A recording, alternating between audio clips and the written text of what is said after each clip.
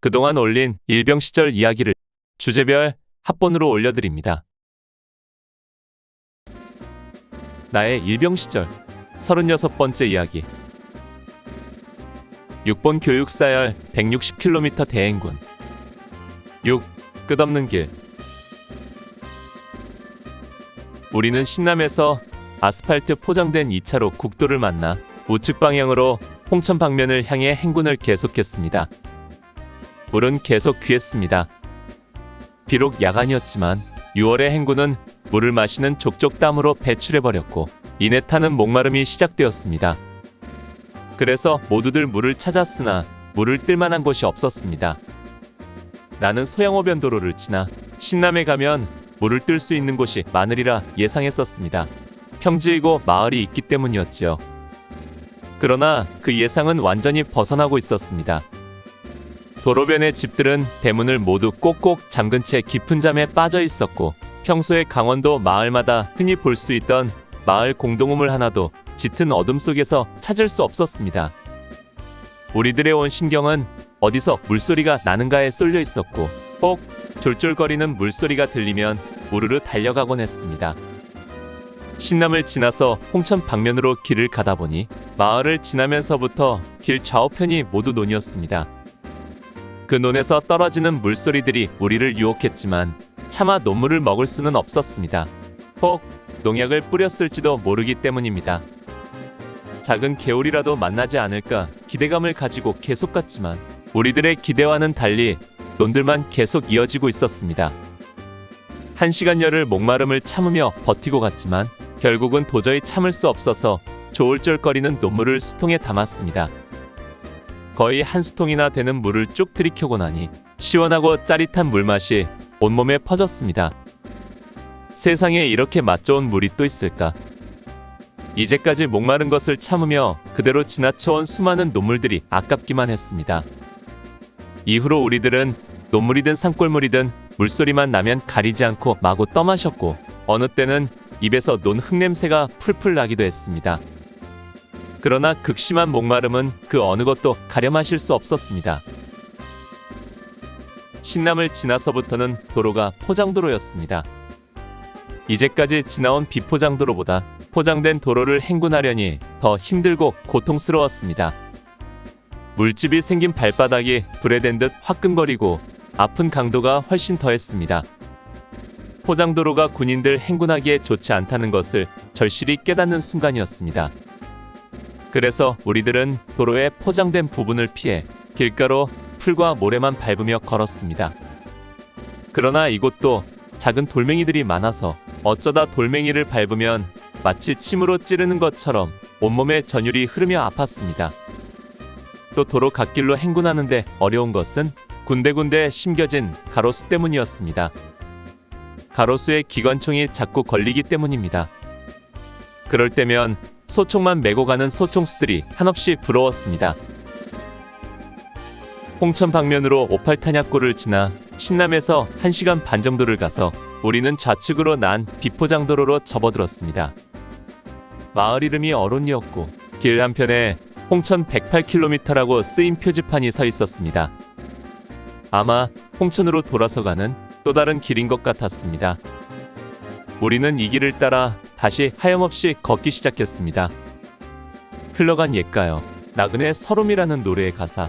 오늘도 걷는다마는 정처 없는 이 발길처럼 오늘 걷고 있는 이 걸음이 정처 없는 발걸음인 것 같았습니다. 작은 고개를 이루고 있는 산길은 차가 다닐 만한 비포장 지방도로였고 길 한편으로는 맑은 개울이 졸졸 흐르고 있었습니다. 주변 환경은 완전히 바뀌어 논이나 밭은 찾아볼 수 없는 산지였고 민가도 한 채 보이지 않는 적막강산이었습니다. 다만 벌목한 나무들만 군데군데 쌓여 있을 뿐이었습니다. 우리는 1시간에 한 수통 이상의 물들을 마셔댔습니다. 산골 개울을 끼고 걷다 보니 이제는 물을 뜨는 것이 그리 어렵지 않았고 그러다 보니 마음껏 물을 마실 수 있었습니다. 그러나 그 누구도 소변을 보는 사람은 없었습니다. 그렇게 많이 마시는 물이 모두 땀으로 배출되기 때문입니다. 그러다 보니 온몸은 땀으로 젖어들었고 옷도 어느 한 부분 땀에 젖지 않은 곳이 없었습니다. 전투복뿐 아니라 군장까지도 땀이 배들어 으스름 달빛 속에 땀에 젖은 전투복은 검게 보였습니다. 얼굴에 흐르는 땀을 닦아내는 손수건은 짜내고 짜내도 계속 적셔지고 있었습니다. 훈련에서의 땀 한 방울이 전투에서의 피 한 방울이라는 우리들 구호가 생각되는 밤이었습니다. 어느 사이엔가 우리를 감시하고 행군을 평가하던 통제관들이 보이지 않았습니다. 밤이 깊어지니 어디론가 잠을 자러 간 것 같았습니다. 그들이 없다고 행군을 멈출 수는 없었지만 그래도 행군 군기는 한결 부드러워졌습니다. 시간이 갈수록 행군 대열은 조금씩 흩어지고 속도도 느려지고 있었습니다. 무엇보다도 힘든 것은 때때로 수통에 물을 들어간 사이 행군 대열에서 처지게 되는 것이었습니다. 보통 행군로에서 내려가 시냇물에서 두세 개의 수통에 물을 채워들고 가려면 본래 대열에서 1-200m 이상 뒤떨어지게 되고 그것을 따라붙기 위해 오르막길을 한참 구보로 뛰어야 했습니다. 또 우리를 힘들게 하는 것은 천형처럼 짊어지고 가야 하는 기관총과 장비들이었습니다. 다른 소총수들은 자기 소총 하나만 메고 가면 되었지만 우리는 기관총과 삼각대나 예비총열을 나누어 들어야 했습니다. 두세 개의 수통에 물을 떠서 양손에 들고 소총을 메고 삼각대나 예비총열 주머니를 군장 위에 올리고 200-300m를 뛰어 행렬을 따라 잡으려면 입에서 단내가 나는 것 같았습니다. 물집이 생긴 발바닥은 처음에는 아팠지만 이제는 감각조차 느껴지지 않았습니다. 또 새벽이 가까워지자 강원도 6월의 날씨는 기온이 급격히 떨어지면서 우리를 더 힘들게 했습니다. 행군하는 동안에는 땀을 비오듯 쏟다가도 휴식 시간이 되어 잠시 멈추면 금세 찬 기운에 땀이 가시고 온몸이 싸늘해지곤 했습니다. 산길은 그리 험하거나 급경사는 아니었지만 길고 지루한 길이었습니다. 어느덧 새벽 4시가 지나면서 사방이 점점 밝아지고 있었습니다. 희뿌연 여명 속에 전우들의 얼굴을 점차 확인할 수 있었고 우리들은 무언가 압제에서 벗어난 것처럼 밤새의 고난을 잊고 서로를 바라보며 웃음을 교환했습니다. 마치 서로가 살아서 움직일 수 있다는 것을 확인하는 것처럼. 나는 끝없는 길을 걸으며 이 길이 어쩌면 내가 앞으로 살아가야 할 인생길이 아닐까 생각했습니다. 굴곡도 있고 오르막도 있고 조금은 순탄한 내리막길도 있듯이 그리고 때로는 목마름과 원치 않는 질고와 고통의 시간도 있을 것이며 작은 기쁨에 환호할 때도 있고 마침내 목표한 것을 이룰 때의 환희도 있을 것입니다. 나의 일병 시절 37번째 이야기 6번 교육사열 160km 대행군 7. 고통의 여명 신남을 지나면서 중대장은 행군대형을 바꾸어서 천병소대를 그동안 예비대로 뒤따라오던 3소대로 바꾸어 선두로 보내고 1소대를 예비대로 후미에 뺐습니다. 본대는 그대로 중대본부와 포분대 그리고 지원 나온 사단포대 관측병 12중대 90mm 무반동 총분대를 이어 2소대가 유지했습니다. 따라서 1소대에 배속된 우리 총일분대도 행군대열의 맨 후미에 붙게 되었습니다. 행군이나 구보에서 맨 뒤에 따라가는 것이 선두로 가는 것보다 훨씬 힘듭니다. 후미 대열이 선두의 전진 속도에 따르지 못하면 점차 뒤처지게 되고 나중에 이것을 만회하기 위해 휴식도 없이 뜀걸음으로 따라 붙어야 하기 때문입니다. 특히 전방의 시야 확보가 어려운 야간에 그것도 고개 오르막길에서는 더욱 그렇습니다. 바로 우리들의 행군 대열이 그랬습니다. 야간인데다 밤새 행군으로 지친 육체들이 고개를 오르면서 행군 대열이 흐트러지기 시작한 것입니다. 본대인 2소대부터 뒤처지기 시작하여 우리 예비대보다 최소한 50m 이상 앞서가야 할 2소대 후미가 우리에게 따라 잡힌 것입니다. 천병소대인 3소대에게 얼마나 처졌는지 알 수 없는 상황에서 우리는 2소대와 뒤범벅이 되어 고개를 오르고 있었습니다. 우리 분대장 박하사는 군대에서 산전수전을 다 겪은 사람으로 누구보다도 행군에 대하여 노련한 전문가였습니다. 그는 이렇게 가다가는 나중에 휴식도 없이 몇 시간을 행군해야 할 것이라고 판단했습니다. 그런 사태를 당하지 않기 위해서는 행군 속도가 더뎌진 지금 따라붙어야 한다고 생각한 그는 우리 총일분대를 독려하며 자기가 기관총을 매더니 고갯길을 달려 오르기 시작했습니다. 나는 분대장에게 기관총을 맡기는 것이 미안했지만 솔선하는 분대장을 따라 삼각대를 메고 뒤따라 올라갔습니다. 분대장은 어디에 그런 힘이 남아있었는지 무서운 기세로 달려 올라가고 나는 아픈 다리를 끌면서도 힘을 내어 악착같이 따라붙었습니다. 내 부사수 최일병은 조금 따라오다 이내 뒤처졌고 이총의 정병장과 손일병, 이아무개 일병도 열심히 따라 올라왔습니다. 분대장은 계속 우리 분대원들의 이름을 부르며 앞서 올라갔습니다. 최일병이 뒤처졌다는 것을 알면서도 속도를 늦추지 않고 계속 올라가 1소대 선두를 지나치고 본대인 2소대 후미를 지나쳤습니다. 2소대에 배속된 총이분대에 김아무개 일병과 라일병의 지친 모습이 보였습니다. 그들은 절룩이면서도 그래도 낙오는 하지 않고 따라가고 있었습니다. 우리는 그들도 지나쳐서 계속 달려 마침내 천병소대인 3소대를 따라 붙었습니다. 이렇듯 1시간여를 구보로 고개를 오르니 날이 훤히 밝아오며 고개마루턱이 나타났습니다. 마침내 오르막길이 끝이 난 것입니다.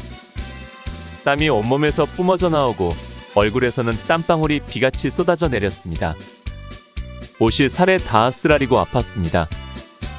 특히 사타구니는 말할 수 없이 쓰라리고 아파서 찢어지는 것 같았습니다. 그러다 보니 걸음걸이를 엉거주춤한 모습으로 어기적거리듯 걸었습니다. 고갯마루에서 휴식을 취하고는 다시 속보로 고개를 내려가기 시작했습니다. 3소대의 선두와 함께 내려가니 3소대원들이 우리가 자기네 소대로 배속된 줄 알고 웃으며 인사를 했습니다. 1시간을 더 행군하고 우리는 어느 이름 모를 마을 어귀에 밭둑에서 휴식을 했습니다. 아무렇게나 밭둑에 눕거나 앉아서 지친 몸들을 쉬며 숨을 돌렸습니다. 한참을 쉬고 있는데 뒤처졌던 1소대 병력이 따라 붙었습니다. 그들은 선두를 따라잡기 위해 3시간 동안을 휴식 없이 행군했다고 했습니다. 비록 고개를 뛰어오르느라 힘들었지만 그래도 분대장의 판단 덕분에 우리는 2번의 휴식을 하며 내려올 수 있었습니다. 총이분대의 장아무개 상병과 김아무개 일병, 라일병의 얼굴이 땀이 범벅인 채 지친 모습을 하고 다가왔습니다. 그 힘든 와중에도 우리는 서로 얼굴을 마주보며 웃었습니다. 1981년 6월 18일 새벽 5시 우리는 9시간 동안 40여 킬로미터를 행군하여 이름 모를 작은 마을 어귀 보리밭둑에서 30여 분의 긴 휴식을 했습니다. 중대에서 우유 한 팩씩 분배해줘서 우리는 건빵을 꺼내 씹으며 허기진 속을 달랬습니다. 우리 생각으로는 이곳에서 그냥 휴식하며 아침 식사를 하고 갔으면 좋겠는데 아직 식사 명령은 없었습니다. 동력 하늘이 붉게 물들면서 길가 밭의 청록의 보리가 새벽바람에 살랑거리는 모습이 눈에 들어왔습니다. 여명이 밝아오고 있었고 그 아름다운 모습은 참으로 자연의 신비 그 자체였습니다. 정말 온몸으로 끌어안고 싶을 정도로 아름답고 청량한 풍경이었습니다. 그러나 우리의 몸은 고통과 괴로움의 연속이었습니다. 물집이 생긴 발바닥은 걸을 때는 감각이 무뎌져서 아픔을 느끼지 못하는데 조금만 휴식하면 화끈거리고 바늘로 찌르는 듯한 고통이 몰려왔습니다. 팬티에 쓸린 사타구니 역시 피부가 벗겨졌는지 말로 할 수 없는 쓰라린 고통이 느껴졌습니다. 뿐만 아니라 엄청난 땀을 배출했던 몸이 휴식 시간에는 시원한 아침 바람에 땀이 식으며 도리어 추워서 덜덜 떨려왔습니다.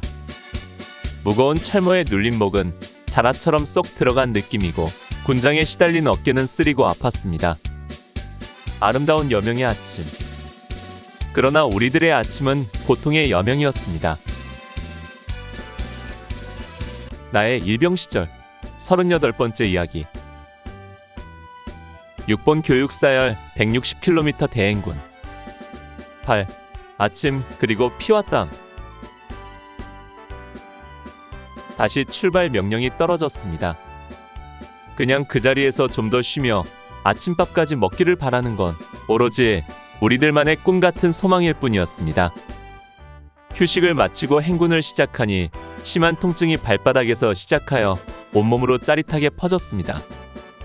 아직 발의 상태를 살펴보지 않았지만 물집이 발바닥 전체로 퍼져서 마치 물주머니를 발밑에 넣고 다니는 듯 물컹물컹한 감촉이 느껴졌습니다. 우리들은 나름대로 이번 교육사열 행군로에 대한 단편적인 정보를 가지고 있었습니다. 우리의 행군로는 자대를 출발하여 신남과 3군단 사령부가 있는 현리를 거쳐 인제 원통까지 가는 것입니다. 따라서 신남을 지나온 우리의 최대 소망은 현리에 빨리 가는 것이었습니다.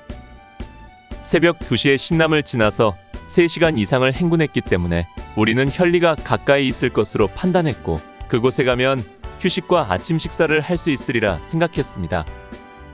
그래서 길을 가다가 만나는 농부들에게 현리까지 얼마나 더 가야 하는지를 물어보았습니다. 그런데 이 질문의 대답은 사람마다 다 달랐습니다. 누구는 한두 시간이면 갈 수 있다고 했고, 또 어떤 사람은 한나절 이상 더 가야 할 거라고 했습니다. 나중에 알고 보니까 우리의 행군로 색타상으로는 그곳에서 현리까지는 15시간 이상 더 가야 하는 먼 곳이었습니다. 물론 우리들의 행군로는 작전 색타에 의해 진행되는 것이기에 그곳 주민들이 알려주는 질러가는 길과는 엄청난 차이가 있었지만, 그래도 우리는 지푸라기라도 잡는 심정으로 1시간 정도 걸릴 거라는 사람의 말을 믿고 조금만 더 가면 현리에 도착할 것이라고 생각하며 힘을 냈습니다. 마을을 지나니 또 고갯길이 시작되었습니다. 강원도에서는 작은 고개일지 모르지만 지친 몸으로 걷고 있는 우리에게는 상당히 큰 고개였고, 다 넘으니 1시간이 걸렸습니다. 그런데 1시간을 행군하고 휴식할 줄 알았는데 쉬지 않고 계속 진행했습니다. 다시 작은 고개를 하나 넘었습니다. 휴식도 없이 2시간을 행군하려니 지치고 힘도 빠져서 자꾸 행군 대열에서 뒤처졌습니다. 그러다 보니 구보 반, 행군 반으로 따라잡을 수밖에 없었습니다. 갑자기 앞에서 전달이 왔습니다.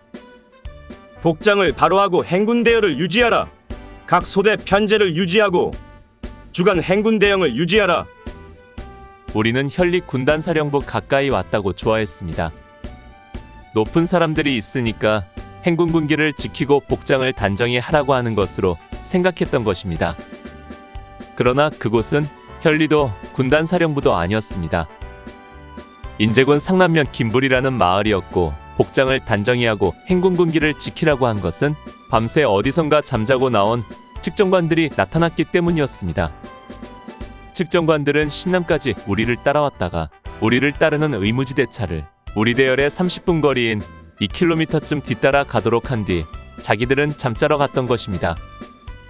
의무지대차를 뒤쪽으로 멀찍이 떼어놓은 것은 혹시라도 뒤처지는 나고병을 차로 실어 나를까봐 조치를 취한 것이었다는 후일담이었습니다.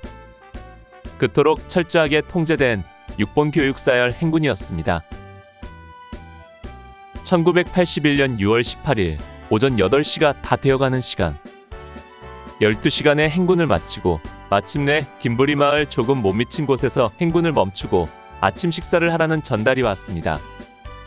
각 소대별로 집결지를 할당받고 경계 수칙에 따라 집결지 주변에 보초병을 세운 다음 집결지 행동에 들어갔습니다. 모든 것이 측정관에 의해 채점되고 있었기 때문에 무엇 하나 소홀히 할 수 없는 상황이었습니다. 식사하기에 앞서 나는 먼저 냇가로 내려가 군화를 벗고 밤새 고통에 시달린 발을 살펴보았습니다. 양말은 이미 피와 물이 엉겨붙어 발에서 벗는데도 여간 힘이 드는 것이 아니었습니다.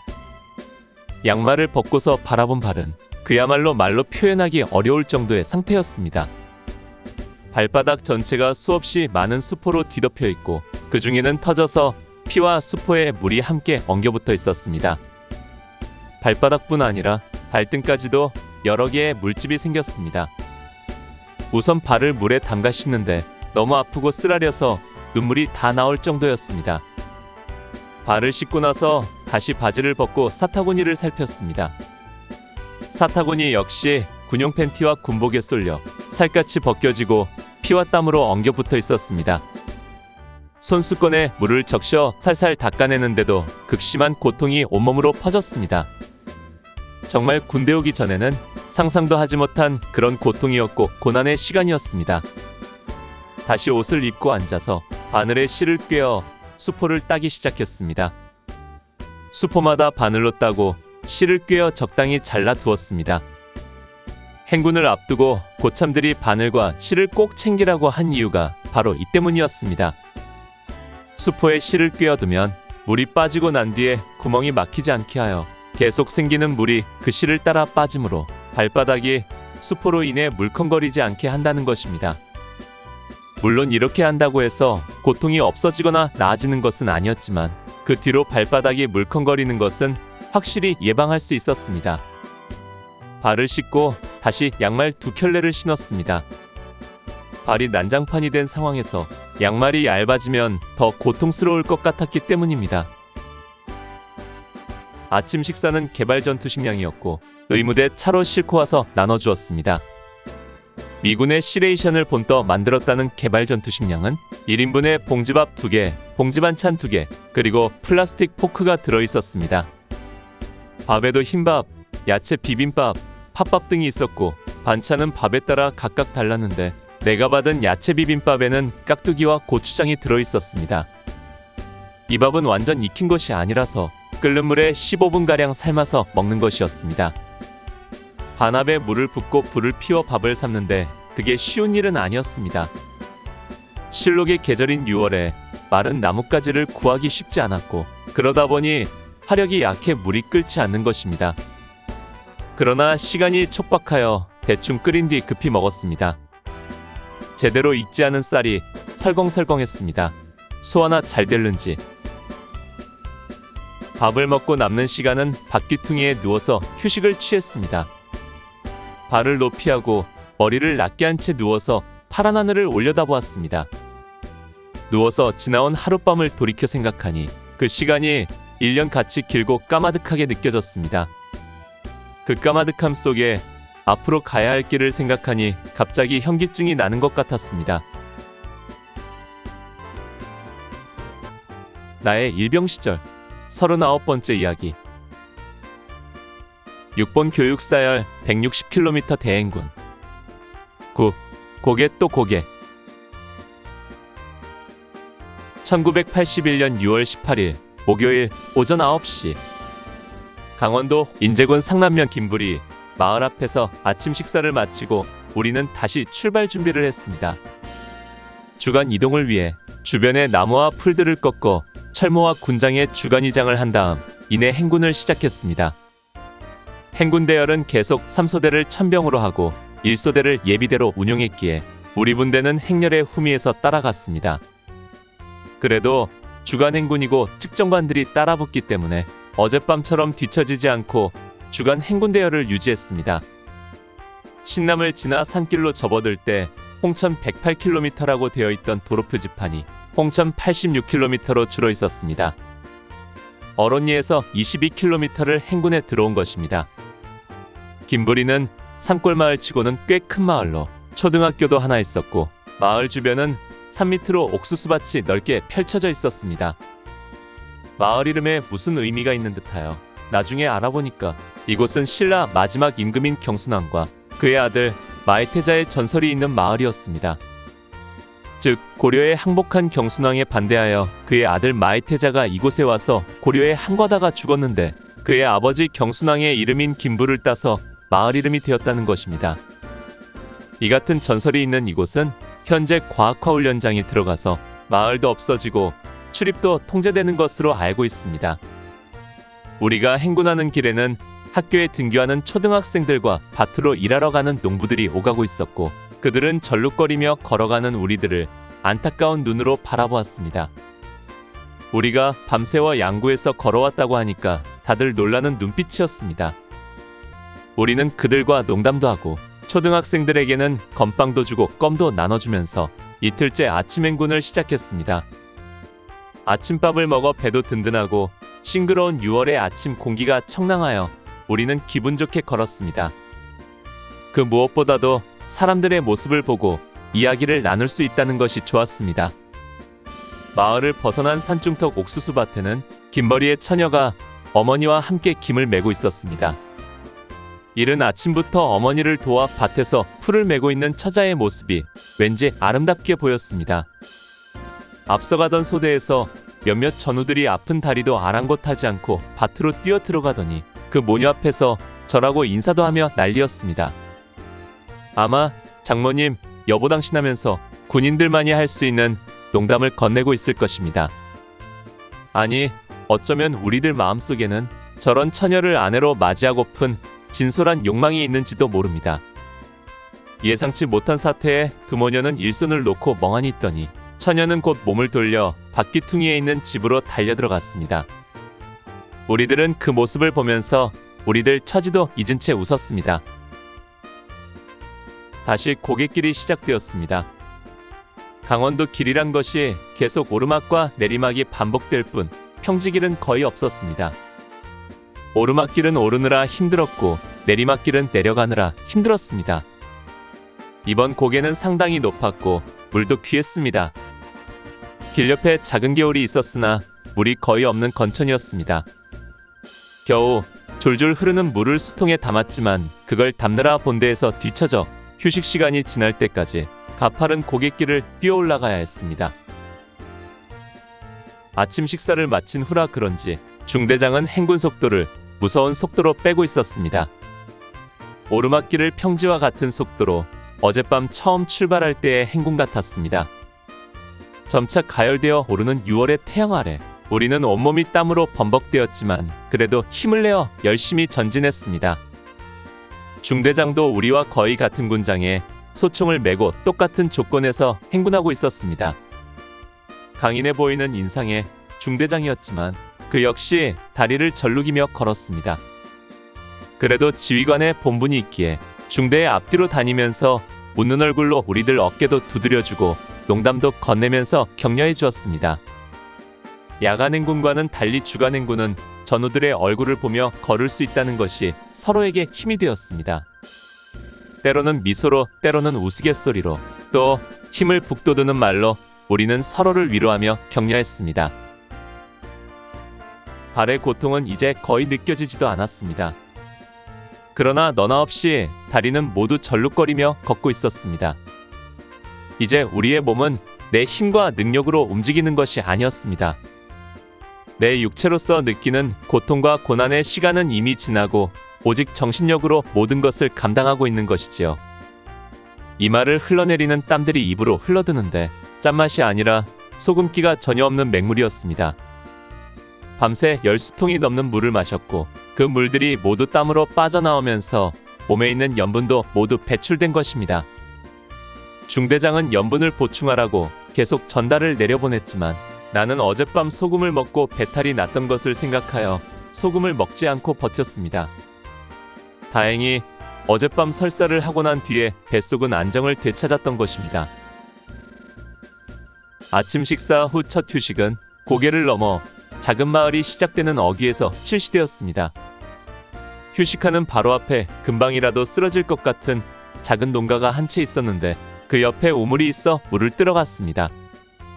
손바닥만한 작은 우물에 수십 명이 몰려 물을 뜨려니 물은 금방 더러워졌습니다.